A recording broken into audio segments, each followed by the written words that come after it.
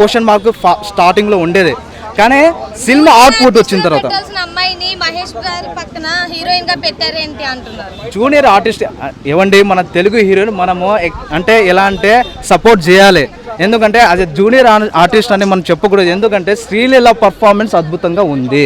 శ్రీలీల పూజా హెగ్డేని dominate చేసింది కూడా. అంటే పూజా హెగ్డే ఈక్వల్గా పూజా హెగ్డే ఎలా పర్ఫార్మెన్స్ చేస్తుందో అందరికీ తెలుసు. ఆమె డ్యాన్స్ విధానం లాగ్ అంటే అంత ఎక్కువ ఏం లాగ్ లేదండి. నేను చెప్తున్నా కదా, ఎంటర్టైన్మెంట్ కోరుకునే వ్యక్తులు ఎవరైనా ఉంటే కొంచెం ప్లేస్లో మీకు లాగ్ అనిపించినా అది మర్చిపోతారు. మీకు ఎంటర్టైన్మెంట్గా మంచిగా సినిమా అయితే సాగుతుంది. యాజ్ ఎ ఫ్యామిలీ ఆడియన్స్కి ఇది పక్క నచ్చుతుంది. ఎంటర్టైన్మెంట్ కోరుకునేది త్రివిక్రమ్ ఎస్ అండి, త్రివిక్రమ్ మార్క్ అయితే కనిపించింది. సినిమా అయితే త్రివిక్రమ్ సైడ్ నుంచి కూడా చాలా బాగుంది. టికెట్స్ టూ మచ్ కాస్ట్ ఉన్నాయి, ఫ్యామిలీ ఆడియన్స్ వెళ్ళలేము అని అంటున్నారు. అవునండి, కొంచెం కాస్ట్ అయితే పెంచేశారు అని అనిపిస్తుంది. బట్ నేను చెప్తున్నాను కదా, ఈ సినిమాలో అన్ని సినిమాలు ఇప్పుడు వచ్చిన హనుమాన్ సినిమా కావచ్చు, తర్వాత గుంటూరు కారం సినిమా, తర్వాత నా స్వామి రంగ కూడా రిలీజ్ అవుతుంది, అండ్ సందో మూవీ కూడా రిలీజ్ అవుతుంది. ఈ 4 సినిమాలు కూడా చాలా అద్భుతమైన సినిమాలు. అంటే మంచి రెస్పాన్స్ ఉన్న సినిమాలే, మంచి స్టార్ ఉన్న సినిమాలే. ఆల్రెడీ హనుమాన్ కూడా వచ్చింది, మంచి టాక్ అయితే నడుస్తుంది.